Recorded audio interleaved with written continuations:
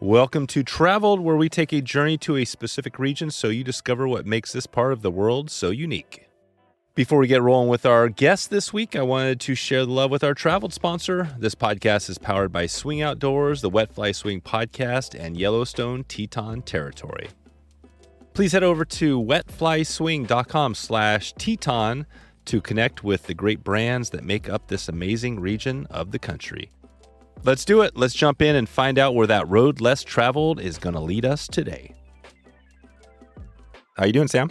Very well, Dave. Thank you. Thanks for having me on. Yeah. Thanks for coming on here. I also want to thank you for letting me use one of your boats. We had our Euro school trip here this year, and I was out. I was lucky enough to take one of your Hyde boats out. And I mean, for me, I love fishing, but I love boating almost as much. So it was a pleasure using the boat. So I want to talk about the boats, what you do, what Miller Drift Boats is, and all that. But first, let's get into fly fishing. How did you first get into fly fishing? What's your first memory?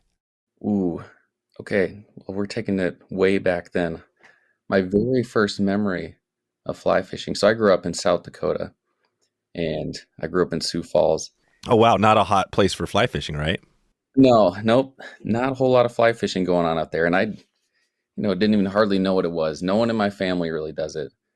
But there was a place there called the Outdoor Campus where they take really people of all ages, but mostly it's for kids. And the goal is to get them outside. And that's what I love, just being outside and fishing and hunting. So I was there as much as I could. And then when I got older, I actually ended up volunteering there quite a bit. So my very first memory was taking the fly fishing class there, where you go and they give you a little vise and they're going to teach you how to tie a little fly. And I don't remember what fly it was. But after that, we took our fly rods and we went out to the pond that they have there that's got bluegill and some big old bass in it. So my first memory of fly fishing was I was probably 8 years old, standing on the banks of that pond, trying to cast. And, as an 8-year-old with little instruction in a group of kids, it's not super easy to cast. And so that wasn't working out. So I went over to the dock and I stood on the dock and then I just dipped my fly on the top of the water and kept hooking all these little bluegill. And then I noticed as soon as I did that 6-pound bass were trying to eat them. No way. So that's cool. Yeah.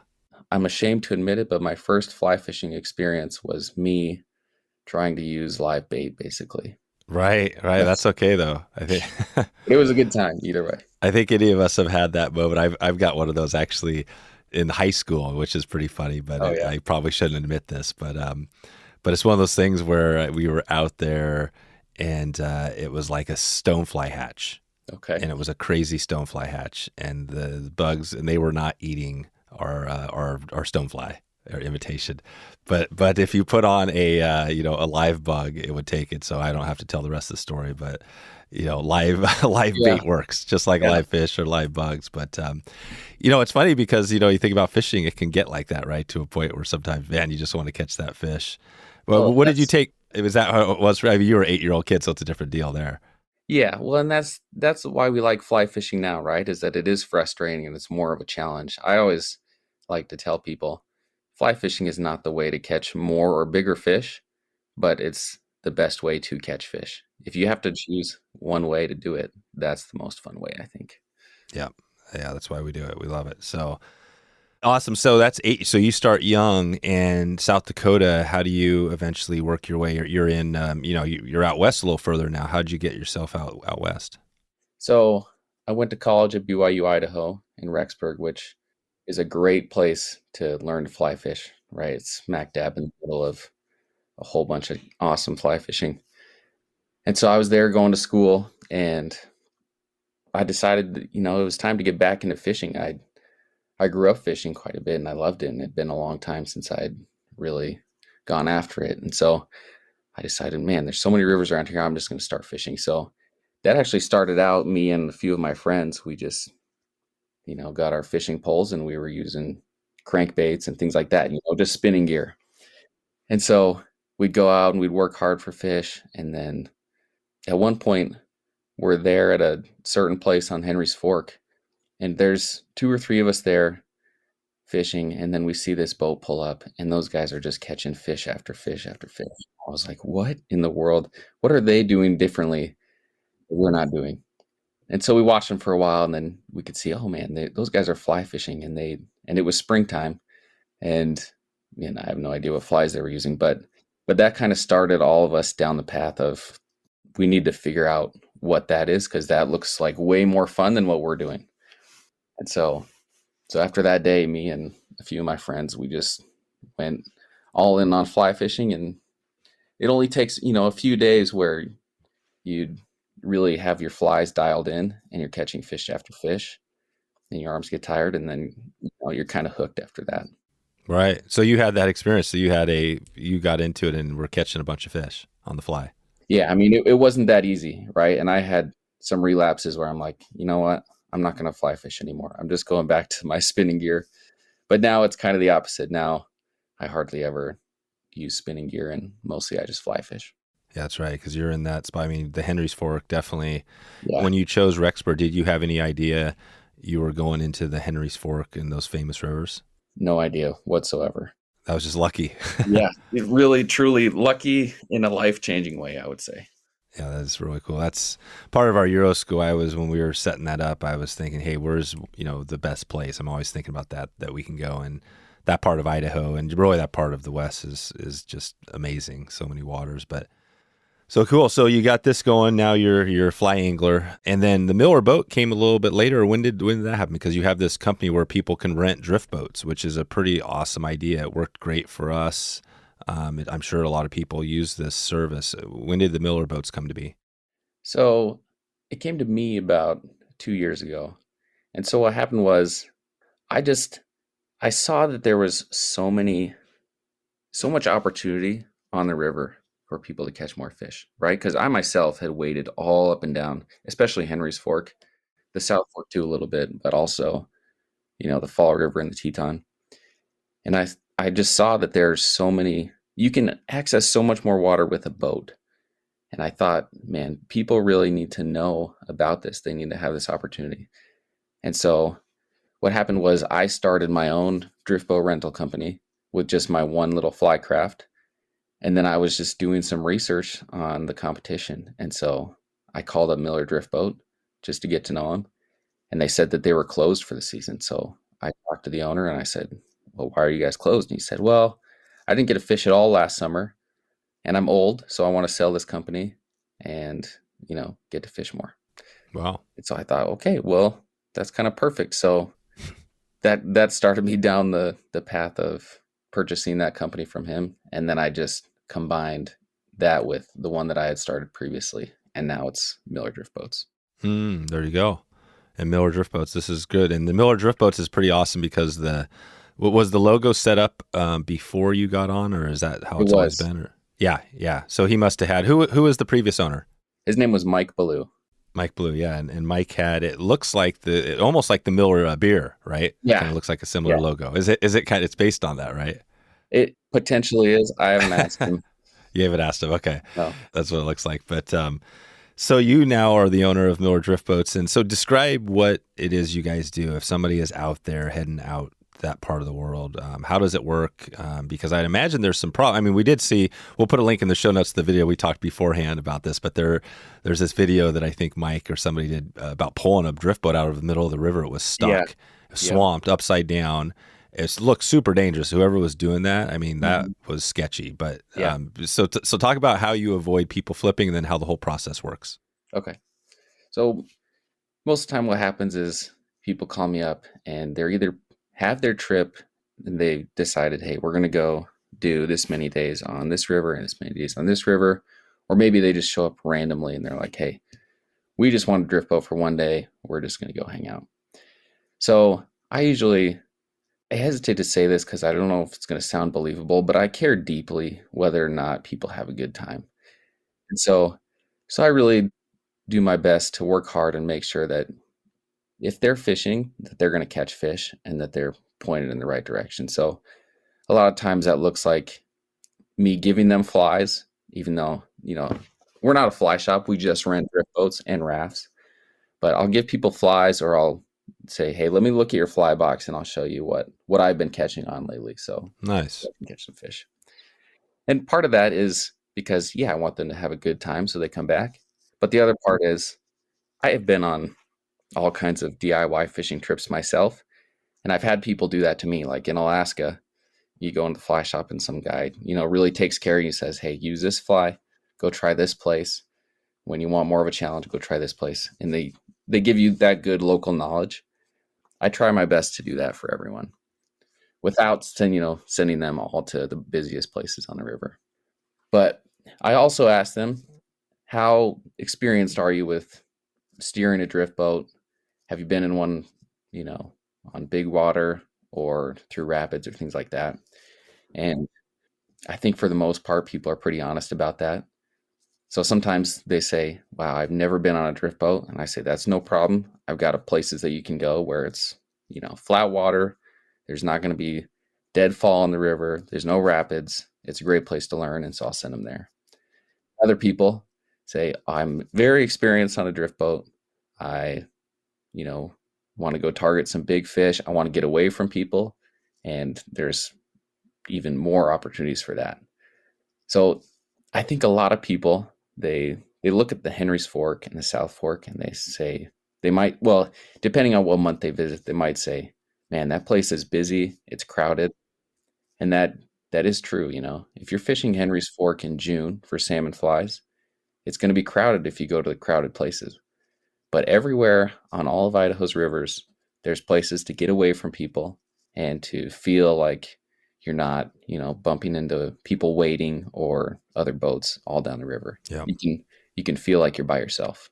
Yeah, that's right. And we saw that too. I mean, I think a lot of people, part of the reason we went in October, early October, because, Pete Erickson was like, hey, this is a good time to avoid some of those, the traffic. And the weather was great. I mean, we had, I think, a rain the last day when I met you, dropping the boat off. I think it was blowing like 50 miles an hour and stuff. But other than that, I mean, we had great weather. And the boat ramps, for sure, the South Fork, there were lots of people. But once you got on the water, it wasn't that bad. And then same with the Henry's Fork, we floated a section that, there were some boats out there. We saw the trout hunter. They were out there definitely. Mm-hmm.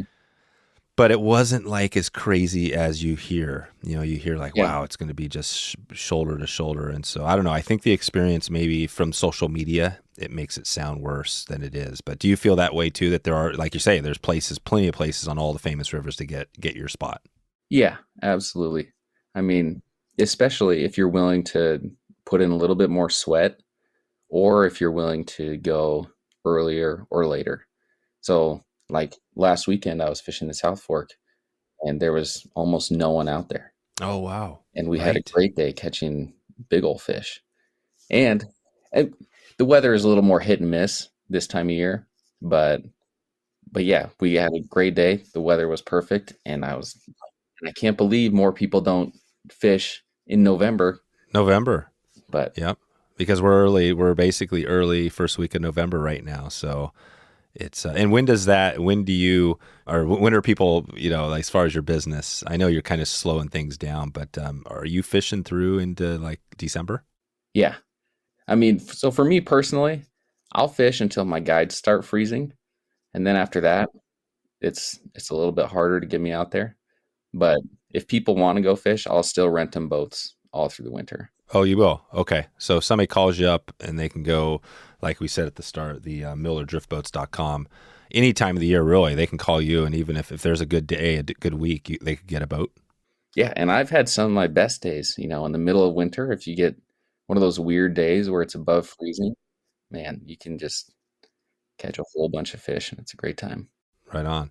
So let's just, so people, we don't miss that as far as, if they're listening now, they might be planning a trip out that way. Talk about the area. So how far out can people go? I mean, because we're talking about this area of kind of Eastern Idaho, but are people able in other states around the West able to use your service, or how far do you go? Yeah. So most of the customers that come to me, they're either fishing the South Fork or the Henry's Fork, and probably a little bit more Henry's Fork. There's also a good amount that will come up from Utah or Arizona, and they're just on their way to the Madison in Montana. So they'll stop by and pick up a boat and go fish the Madison. But I mean, I don't really mind if people. I had one guy ask if he could take a boat down to the Green River, and I was like, yeah, that's totally fine. So I guess we're more located for Eastern Idaho and Montana. But if people want to get crazy, then I can work with them if they want to go really far. Really far. Okay. And then how does that work? I'm sure this is just an insurance thing. And I'm thinking about that boat that's upside down, or really anything. You think of rental cars. I always go back to the rental car. People driving rental cars, I'm sure most of them aren't, or some people aren't taking real good care of the car as far as, right, it's not their own car. Do you find that that's an issue for you on your boats? Are they getting banged up? I mean, I'm not sure. Are these Hyde drift boats, fiberglass, can they run into rocks, or are you finding people coming back with dings and maybe even holes? No holes so far. I mean, the Hydes are one of the most bulletproof boats out there. And so you have to do something pretty horrible to them to put a hole in it. Okay. But yeah, every once in a while people come back with dings, but yeah, so far no damage. So on the Hyde, talk about that a little bit, because I think Hyde is one of those companies that I've been wanting to connect with for a while. We did a little drift boat series quite a while back where we covered some of the big brands that are out there, and Hyde is one that I didn't talk to.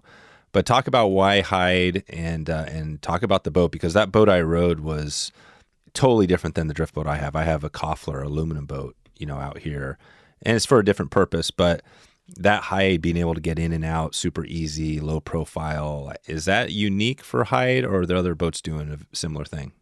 As far as I know, there's other boats that also do low profile. But what sets Hyde apart is they started out making airplanes, right? So Lemoyne Hyde, who, if you go down to Hyde, he's usually there and you can talk to him and he'll tell you all about the history of Hyde. But if I'm not mistaken, he was a crop duster, and then he started making crop dusters himself out of fiberglass. And he also loved to fish. So then he started making drift boats.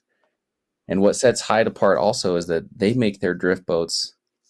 Man, I don't want to sound like an idiot here, but the best way I can explain it, and they can explain it a lot better, is they do it's one solid piece. Whereas other drift boat companies that I know of, they basically get a mold and just spray in the fiberglass. And so it's a lot thinner and it breaks a lot easier. And I've been down to Hyde, and they've showed me, hey, this boat was on the bottom of the river, the bottom of the South Fork, for a week, just getting smashed against rocks because someone flooded it. And it definitely did not break the fiberglass. It'll break everything else in the boat before it breaks the bottom of the fiberglass. Wow. That is crazy. Like, there's aluminum for your leg stands, that you fish out of. That was totally bent over, and the fiberglass was just fine. I shouldn't say just fine. I mean, you could tell it was rubbing against a rock, but it floated perfectly. But it wasn't collapsed. It wasn't like, no. It's funny you say that, because, on our river over here, we do see a lot of aluminum boats, and I've seen lots upside down. And what happens with those is typically once they go under and flip, a lot of times they'll lose their structural integrity and they'll just tin can.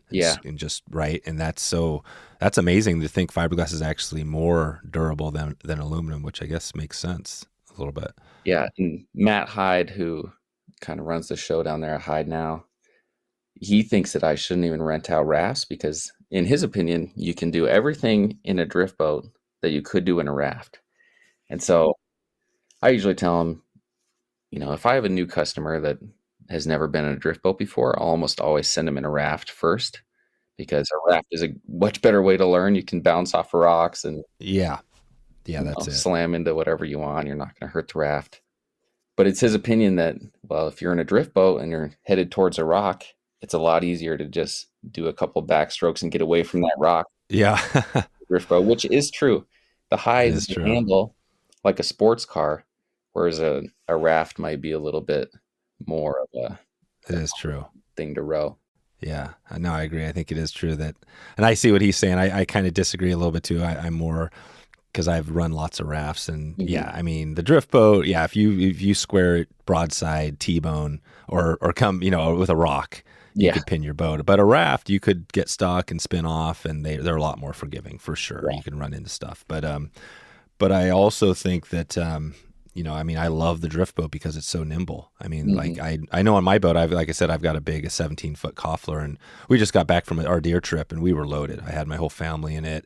We had 2 deer on the front. We had, Nice. 6 days of gear. I mean, but the Koffler, the way he makes it, shout out to Joe out there, is his boat is made for gear.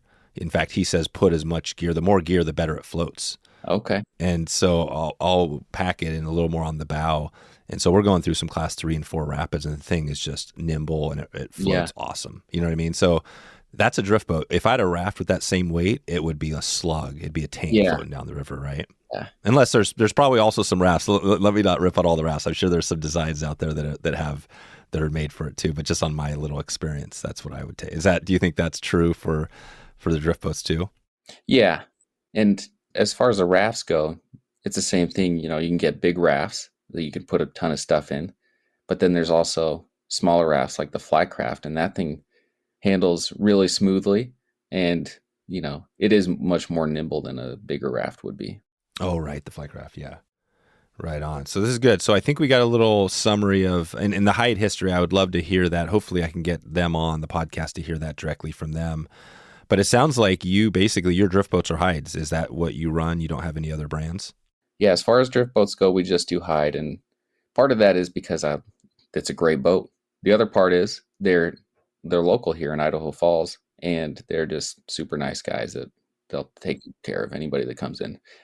Plus, there's not really a gatekeeper there. You know what I mean? You can walk in and say, "Hey, can I talk to Lemoyne Hyde, the guy who started Hyde?" And he'll probably talk to you all day long. You'll be there. Yeah. That is so awesome. And I'm hoping to, like I said, do that as well.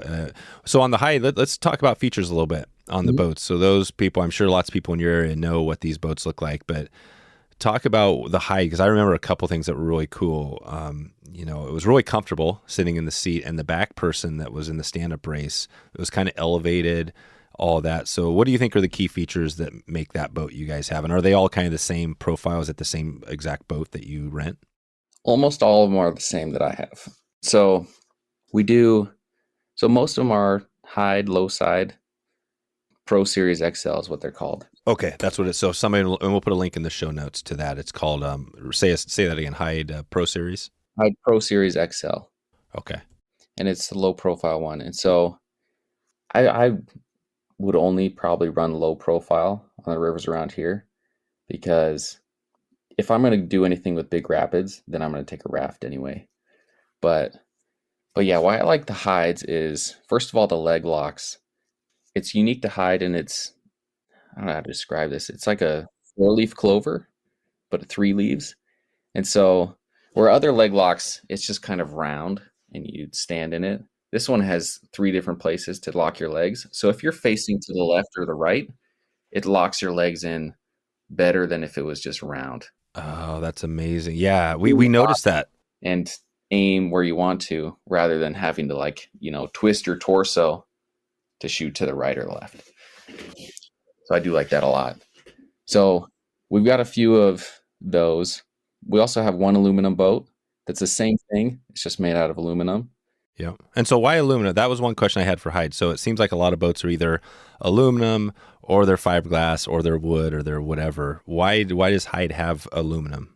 That's a great question. You probably have to ask them. I still don't know what the advantage of aluminum is over fiberglass. I've had a few customers request the aluminum one because they think it's stronger, Stronger. which maybe it is, but I feel like unless you're doing something real crazy, the fiberglass is going to take great care of you. Yeah. We'll have to have that'd be a great episode. Bring somebody on who is the expert on aluminum versus the fiberglass, because it feels like fiberglass is, it seems it's quieter. It seems like it's warmer. It's warmer. I don't know if that's true. There's some of these things, but either way, fiberglass, aluminum, I mean, they're both good. But yeah, so okay. And the braces are big too. Like you said, we noticed that on the boat. It was awesome. And then we also have a Montana Skiff, which for those that have used it, it's oftentimes their favorite boat. And the reason for that is you can stand in the very front of the boat. So most drift boats, the bow is pointy, right? And so it creates a few feet of space between you and the very front of the boat. The Montana Skiff is a smaller version, and it's shorter in the front. So the reason people like that one is because if you're fishing out of the front of that boat, you can be right on top of the fish. There, they like to say there's nothing between you and the fish. And so that one it's a little bit smaller boat, still good for 3 people, but you can get it into some tight spaces too if you need to. Yeah. Okay. So that's the biggest thing with removing that point is it just gets you kind of more above the water, kind of right on the action. Yeah, exactly.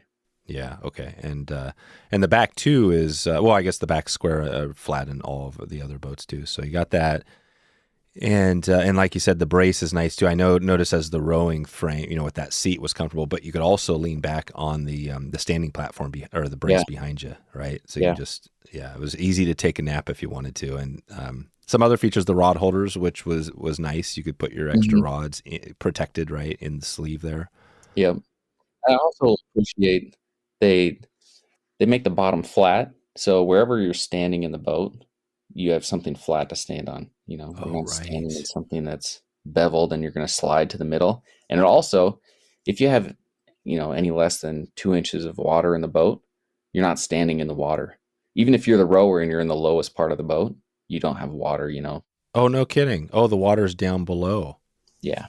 Unless, of course, you're in like heavy rain and then you have to just bail some water out, or for some reason you got a wave over the bow or something like that. But yeah, Yeah. for most Wow. relaxed floats, it's just super comfortable because you're not standing in the water. Today's episode is sponsored by Eastern Idaho's Yellowstone Teton Territory, Idaho's most renowned zone for fly fishing, from the Henry's Fork to the South Fork of the Snake and all the high alpine lakes and streams in between. Yellowstone Teton Territory provides anglers and other outdoor enthusiasts with all the information they need to plan their next big trip. You can visit wetflyswing.com/Teton right now to get the full list of outfitters, lodges, fly shops, and all kinds of inspiration to get you started on your next trip to Eastern Idaho. That's Teton, Teton, wetflyswing.com/Teton. Nice. So that gives a little rundown. Like we said, this is easy. Just call you up, millerdriftboats.com if people want to find out more and get a boat. Mhm. But talk about that. I'm just curious because on that flipping thing, was that something when Mike was running the company, that boat that was upside down and they flipped it? And have you had any other stories of that happening, of people dump boats? So, I try and, like I said, I want to make sure people have a good time, and part of that's safety. So I really do my best to gauge whether or not they're going to flip a boat, or, whether they know what they're doing, and recommend where they go. And I haven't had to do it yet, but there's been times where I've considered saying like, well, no, I'm not going to rent you a boat if you're going to go to this place. But most of the time, people's self-preservation kicks in, and so if they're a brand new angler, they don't want to go to the lower stretches of the South Fork with their drift boat, where there's turns and dead trees and things like that. So as far as that one flip goes, that is in a section called Cardiac Canyon. Oh, wow. That's a Mesa Fall. They mentioned something about Mesa Falls. Yeah, so right below Lower Mesa Falls. And which river is this? This is the Henry's Fork. Oh, wow. So this is up, wow, Cardiac Canyon. So where is this from, say, I'm trying to think of where we put in, but give us a landmark. Where would this be from a town? So Ashton is probably 10 minutes outside of Ashton. Oh, gotcha. Really close. And Cardiac Canyon is one of those stretches where I was talking about. If you're willing to put in a little bit of sweat, then you can get away from people, and that canyon's a good option. But hard-sided boats are not allowed in that canyon Oh, wow. They don't even allow them. because there's no boat ramp. The boat ramp, quote unquote, is actually a boat slide, and so you're required to take a raft or some soft boat, and you just drag it down the hill. Right. But can't you get, and this isn't the question, because I've drugged plenty of drift boats down hills, slides. Couldn't you just drag your drift boat down? You could, and I've talked to the guys at Hyde, and they said they used to do it all the time. But according to the Forest Service, there's, you're not supposed to do that. There's a sign there that says no hard-sided boats. And, I think most of that is because of the boat slide there, but also that canyon has a few rapids in it, and when the water levels in there go up and down, you're probably going to hit rocks no matter what. So in a raft, it's not that big a deal. In a drift boat, it's pretty abusive to the drift boat. But yeah, that video, which you can see on our YouTube channel, Miller Drift Boats, they go down, they ignore that sign, they take the drift boat down that hill, and then there's really only one big rapid in there. It's called Surprise Falls. It's a super easy rapid to shoot through as long as you know where it's at and which way to hit it. But right after that rapid, there's a rock that if the water's at the right level, it's going to cause you issues. And that's what happened to those guys. They got stuck on that rock, swamped the boat, and then I think it was there for 3 days before they finally got it off. Yeah. Yeah. And it was funny watching the video because they set up a series of ropes and Yeah. pulleys and guys were floating down the river. And yeah, Yeah. but they finally got it. And it was still, that's the amazing thing, right? They flipped it. And it was still, and the guy actually got in the boat with the oar Yeah. and rode it to shore like a madman. It's pretty good video. Yeah. That was probably, you know, a little more thrilling than they wanted, but Wow. God. I mean, I've been in a couple of situations. I remember I had this old, God, what kind of boat was it? Aluminum. It was probably a boat made in the 80s.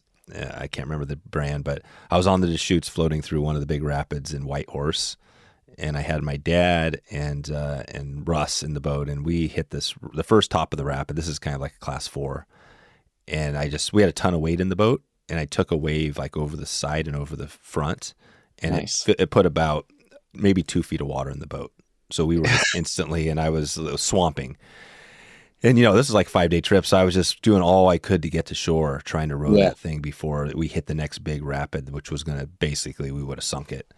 And I managed to do it. You know what I mean? And then after that, like the next weekend, I bought a new boat. I was like, all right, forget about that old crappy design. Do you feel like, I feel like that was the old design. Do you think these drift boats nowadays have mastered the design, or do you think there's room for tweaking the design? I know you're not with Hyde, but do you see Hyde coming out with new models, new designs, things like that? You know, I guess I don't, because as far as drift boats go, I don't see anything that I can even complain about in a Hyde. And if I'm trying to go somewhere crazy, right? There's other watercraft that I would take instead. So as far as the drift boats go, I feel like they're maxed out.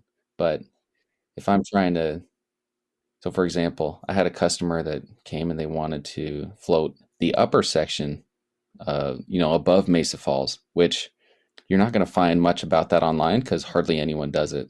Sheep Falls is there, which is just a big waterfall. It's not as big as Mesa Falls. How big is it? Did those guys in the drift boat that dumped, did they go over Mesa Falls? No, No. no. Okay. Mesa Falls. Have you seen Mesa Falls before? No. Okay, No. so that's like I want to say it's like 100-foot waterfall. Oh, wow. Big fall. Yeah. Big deal. So, and actually Mesa Falls is the divider between where Browns live in Henry's Fork and where they don't. Oh, I'm looking at it now online. Yeah, it's It's amazing. Yeah, this is your typical. Below Mesa Falls. Yeah, this is Yellowstone. This looks like this is really cool. Right. Wow.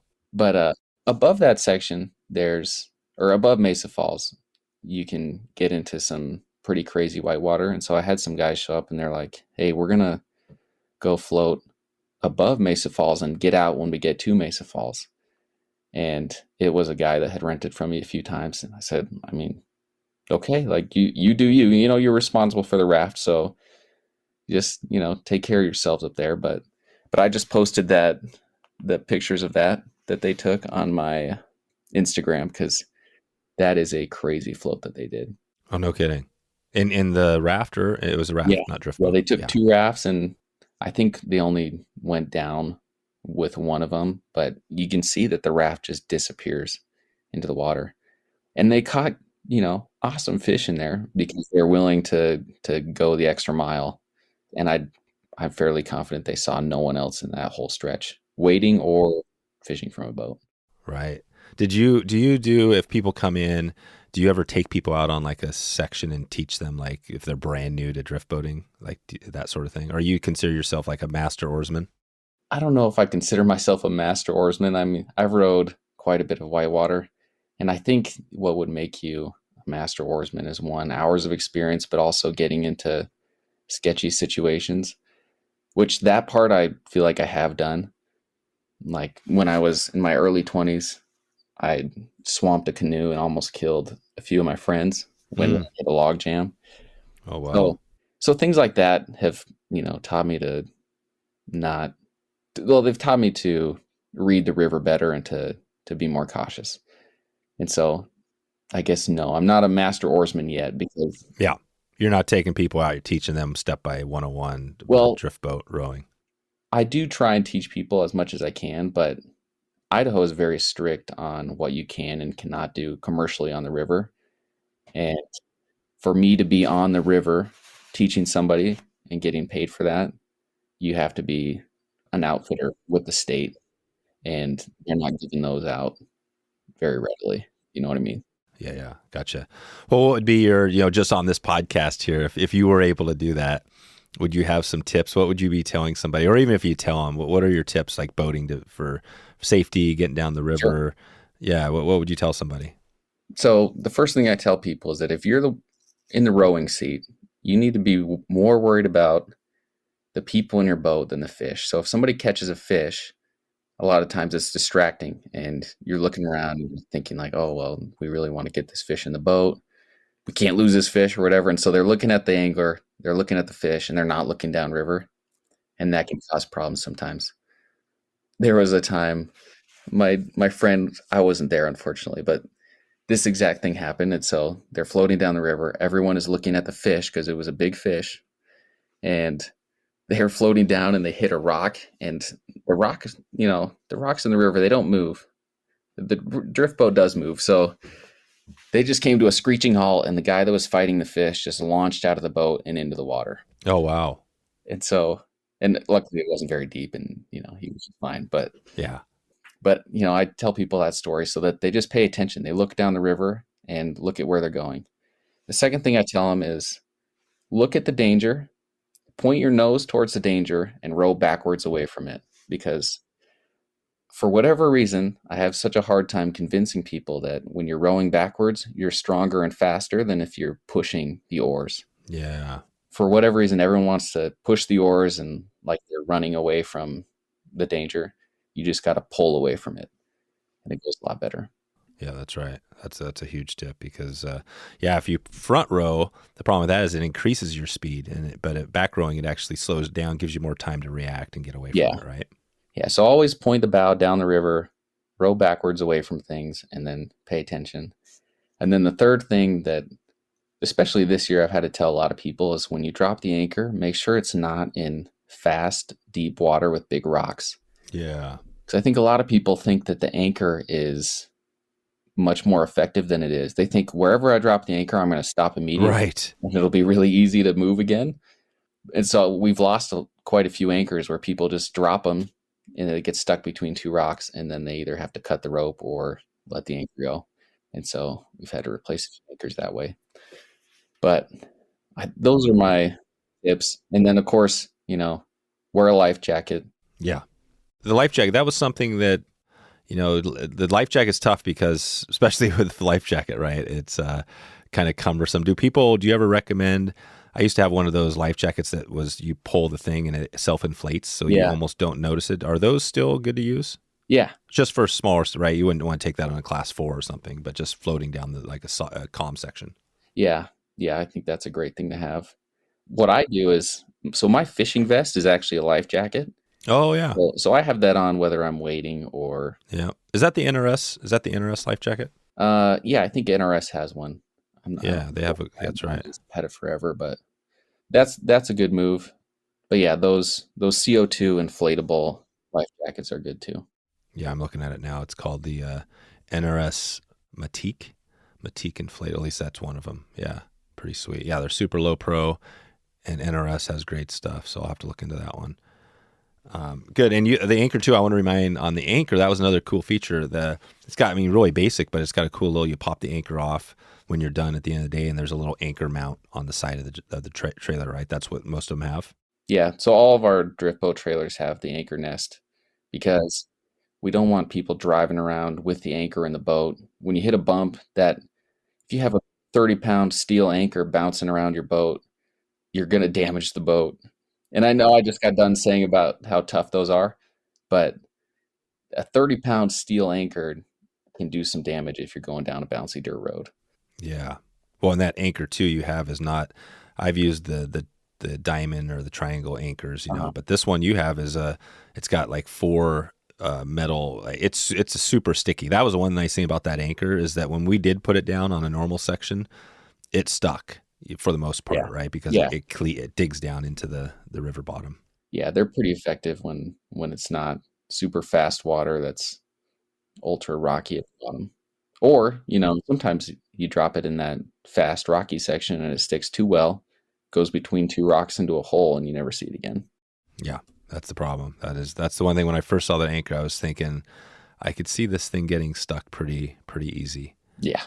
But no, it never got stuck. We never had a problem. It was great. What about the just kind of going off on a tangent here? Sure. The tornado anchor. Have you heard about the tornado anchor?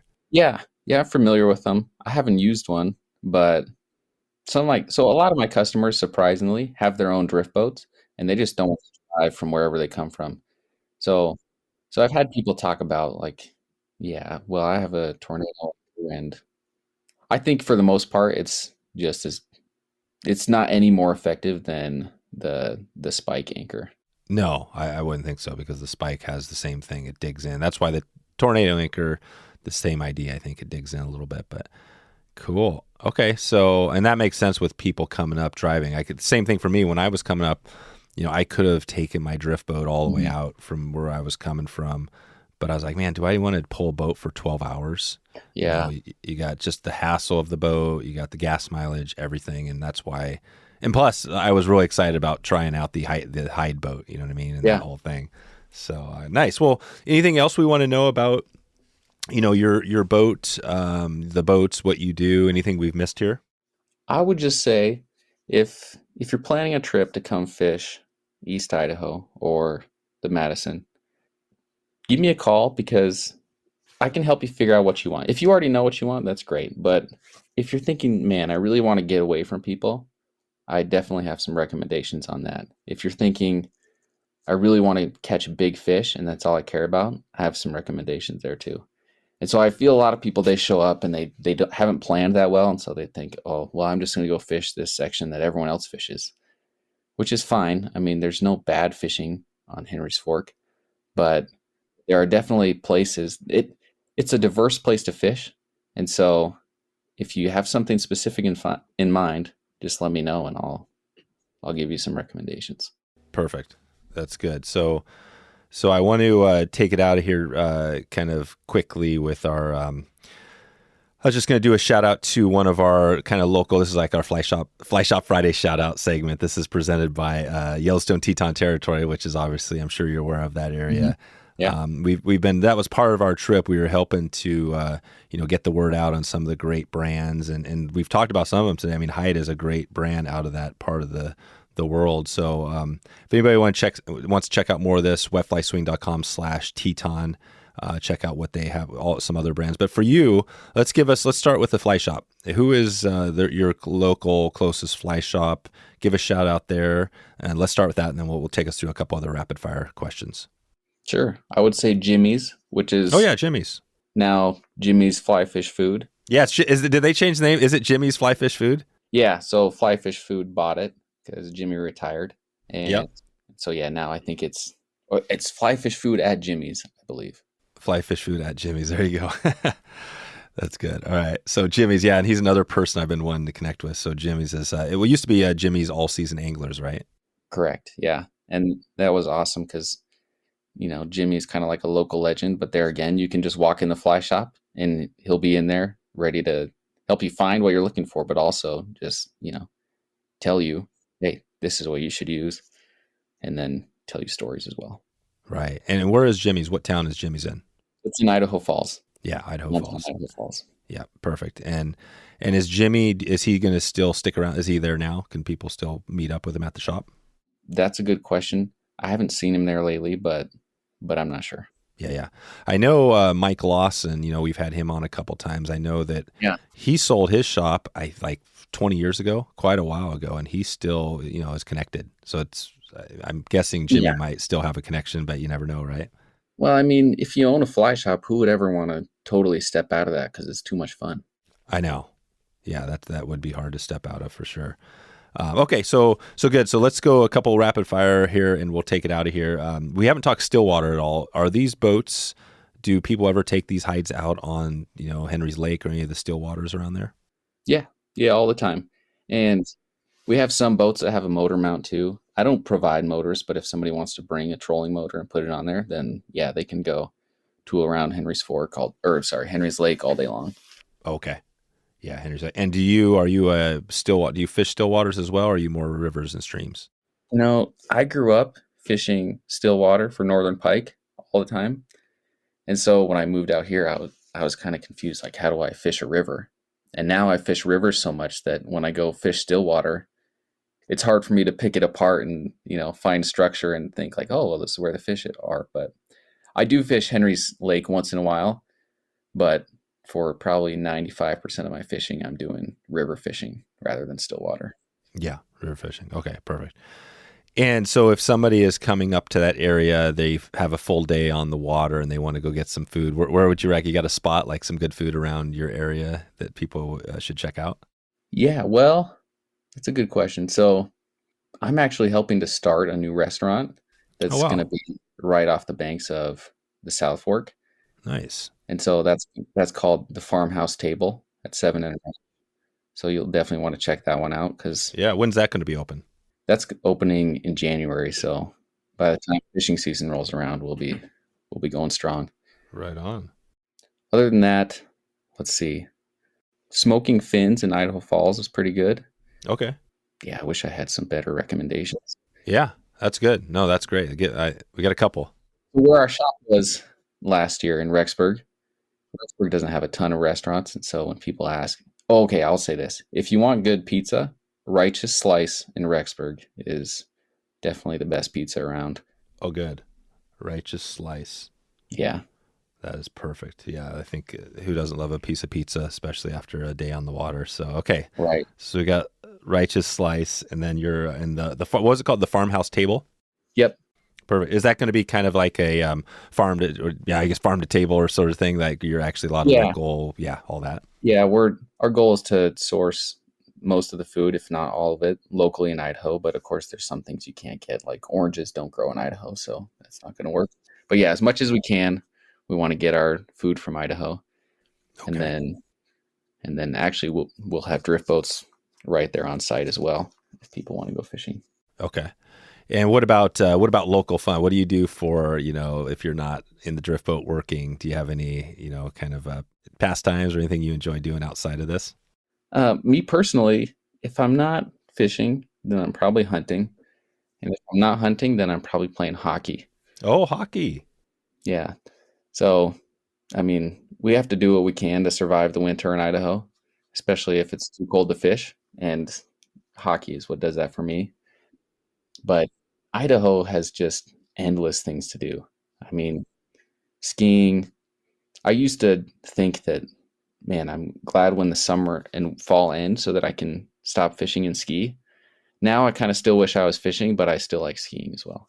Yeah, you guys have some good skiing and really, yeah, all that outdoor winter stuff, right? You got it nailed. The Yeah. ATV or whatever, all that stuff is there. Nice. So, okay, good. So we got hockey and hockey. I just recently went to a hockey game. It had been a long time. I went to a professional hockey game up in Seattle, Oh, and nice. it was really cool in person, like way better. And that's probably everything in person is better, Yeah. but it was really cool. Even though we were kind of up high, we still Uh-huh. had great visibility and stuff. But what now in hockey in Idaho, is this a big thing? Are there are there any like semi-pro or what do you have there? So I think Idaho Falls just got a hockey team, but it's definitely not as big of a deal as it was in South Dakota where I grew up. We're being so close to Minnesota and Canada where hockey is a huge deal. But, that's because they don't have mountains to ski, in my opinion. Yeah, not as much to do. Right. It's just flat and it's snowy and colder, so Right. I play hockey. But yeah, I think hockey is one of those underrated sports as far as watching and playing. And so, just like the underrated sections of the river that people never fish, I'll do my best to get people doing that because I feel like it will make their lives better. But same thing with hockey. Yeah. Perfect. So hockey Hockey is awesome, and so give us one. This is the final one to take us out of here. I always go into the music or podcasts. Do you listen to more music or podcasts, or how does that look for you? A mix of both. So I guess it's probably pretty even. For podcasts, I really like the Meat Eater podcast. Yeah, because yeah. those guys are located in Montana, and so Oh yeah, and they have a ton of different podcasts, right, in that network. they've got a few, but they'll come down and fish the South Fork. In one of the Meat Eater videos, they actually do that, and so they did. Yeah, and I was talking to their director of fishing a while ago and trying to get him to come down and do a show about this salmon fly hatch on Henry's Fork, but so far no luck on that. Not yet. What if you look at your feed and your podcast? Do you have what would be the last 5 podcasts you listen to, or a few? What would those look like? Sure. So, I mean, obviously, Wet Fly Swing. Oh, there you go. Will be on the list because that's a great podcast. Nice. Let's see, and then also the Meat Eater podcast. Other than that, I listen to some religious podcasts. Oh, nice.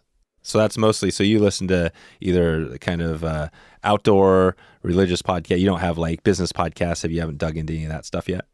Well, no, that's okay. So How I Started This. Have you heard of that podcast? Oh, no, I haven't. Maybe I have. How I Started This. Okay. How I Started This. So it's just stories of entrepreneurs. Oh yeah, I have heard of that. That's a good one, right? Yeah. That's probably my go-to business podcast. Oh, good. Yeah, I like that. This is great. I always love getting like scratching my own itch because I'm a big, obviously, podcast. I love listening to new ones. So I'll check that one out as well. And so give us some music. So something to put into the show notes or on Instagram. What would be something you'd be listening to on the river? You're on your way back from a big trip. One song, one group, what would you put on there? Okay, let's see. Well, let me go to my playlist real quick that I've been... Are you on Spotify or Apple, or how do you do your playlist? Yeah, I do Spotify. Okay, so White Horse by Chris Stapleton. Oh, yeah. So like last weekend when I was coming back from the South Fork, I was just blasting that song on the way back. Nice. Because we were pretty amped up, right? I took my father-in-law out, and he likes to fish, but I think he mostly does it so that we can hang out, which, I'm all for that. But anyway, I caught probably a 3-pound, 20-inch rainbow, which I was pretty happy about. But he caught a 22-inch brown. And so for a little 4-hour float in November where we weren't, working super hard, we were pretty stoked. So yeah, I was blasting that song when we came back. Perfect. Other than that, I'm also kind of like the old school country fan. And so I don't know if you know the song, I Am a Man of Constant Sorrow. Oh, yeah. Johnny Cash, right? Or, well, he sang it, but... Well, yeah, I think it was Johnny Cash, but then it was also in the movie. Oh, yeah. I know what you're talking about. What's that movie called? Yeah, with what's his name? The Oh, Brother, Where Art Thou? Yeah, yep. With I'm always thinking George Clooney. Yeah, exactly. Okay. So this is good. We're getting some bonus stuff. And I'm going to throw in an extra bonus for everybody listening. I've recently found the Broken Record podcast, which is all about music. And what they do is, I'm not sure if it's I just started listening to it, but I listened to the Rick Rubin episode. And Rick Rubin is the guy who produced Johnny Cash's last 5 albums, their American recordings before he passed away, and the Chili Peppers and the Beastie Boys. Rick Rubin's a huge guy, but in that episode, he just reminded me how good those Johnny Cash records were. So if anybody hasn't heard those American recordings, like 1 through 5, and I've been trying to play a little bit of it on the guitar, you know what I mean? But so I always say, so I've been listening to a lot of that recently. So not just old Johnny Cash, but new. Do you remember those? Did you ever listen to any of those records? I mean, I listened to most of the popular Johnny Cash stuff, which I probably learned from my dad. But yeah, you should check out. If you haven't checked out, just type in Johnny Cash American recordings, and there'll be 5 discs, but especially 1 through 4 are crazy. Johnny Cash covers with the acoustic guitar a bunch of other bands like Soundgarden and does it in his own way. It's it's pretty amazing. But so anyways, okay, so we got our music fixed. This was like a bonus. We got a bonus music and podcasts, which is always good. So all right, Sam, well, I'll let you get out of here. We will send everybody out to millerdriftboats.com if they have questions or want to pick up a boat or a raft. And man, until we talk again, just thanks again for letting me get that boat on the water, and looking forward to keeping in touch with you. Absolutely. Thanks for having me, Dave. That's a wrap on Traveled, part of the Wet Fly Swing podcast and Swing Outdoors. This podcast was supported by Eastern Idaho's Yellowstone Teton territory. You can support this podcast and Eastern Idaho by heading over to wetflyswing.com/Teton right now, and you can let any of the brands know that you found them through this podcast and click in there and check out all the great brands. We've had a number of them on this podcast, and we would love you to find out all the good stuff they have going. You can also check in with me anytime, Dave at wetflyswing.com, if you have any questions or feedback or have an idea of where we should be traveling to next. And one big reminder before we get out of here, the Stillwater School is going right now. If you go to wetflyswing.com/Stillwater School, you can find out if we have any slots available for the big trip out to this part of Eastern Idaho.